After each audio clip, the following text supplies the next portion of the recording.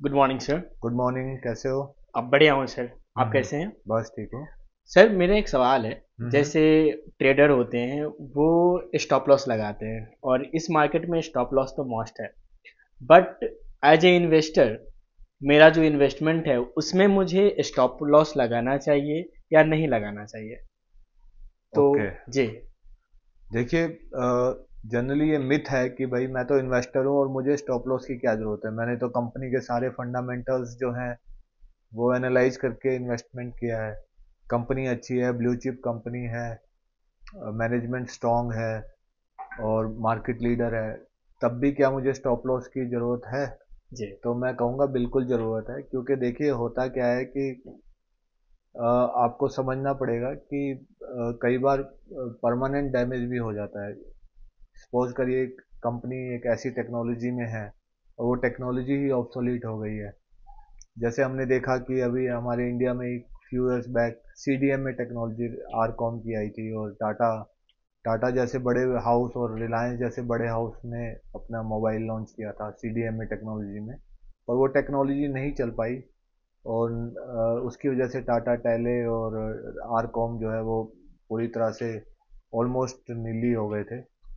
तो stop loss as a fundamental investor भी must है। तो हमें समझना चाहिए कि हम किसी ऐसे बिजनेस में तो नहीं आ गए हैं जहाँ पे कोई परमानेंट डैमेज हो गया है। या मैं तो कहूँगा कि अगर आप किसी ऐसे टाइम पे इन्वेस्ट कर रहे हैं जहाँ बिजनेस साइकिल डाउन है, तो भी आप एक कॉस्ट ऑफ अपॉर्चुनिटी लूज करोगे। फॉर एग्जांपल अभी रिसेंट का ही एग्जांपल देख लीजिए, एशियन पेंट जी। अपने 52 वीक लो पर चल रहा है। ब्लू चिप कंपनी है, प्रूवन ट्रैक रिकॉर्ड है, फंडामेंटल बहुत स्ट्रांग है, बट ऐसे एक बिजनेस साइकिल में है जहाँ मार्जिन श्रिंक हो रहे हैं, सेल्स डाउन हो रही है, अर्निंग पर शेयर गिर रहे हैं लास्ट फ्यू क्वार्टर से कंटिन्यूसली।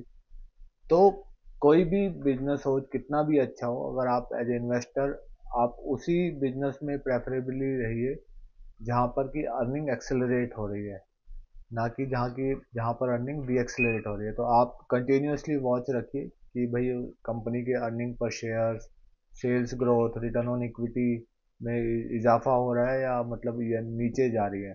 तो अगर वो एक डाउन साइकिल में अगर आप इन्वेस्ट करोगे तो उसको आप कॉस्ट ऑफ अपॉर्चुनिटी लूज करोगे। तो मेरा आंसर रहेगा आप जरूर स्टॉप लॉस यूज करिए। इवन वॉरेन बुफे भी स्टॉप लॉस यूज करता है अगर अच्छा। कंपनी ऑब्सोलीट हो जाती है या कंपनी के प्रोडक्ट सॉरी या टेक्नोलॉजी ऑब्सोलीट हो जाती है। हमने देखा कितनी बड़ी बड़ी कंपनियां, नोकिया जी। पूरी तरह से वाइप आउट हो गई, ब्लैकबेरी पूरी तरह से वाइप आउट हो गई। तो कोई भी कंपनी चाहे कितनी स्ट्रांग हो, वो चाहे कितना ही फंडामेंटल स्ट्रांग हो, at a point of time वो जो है वाइप आउट हो सकती है।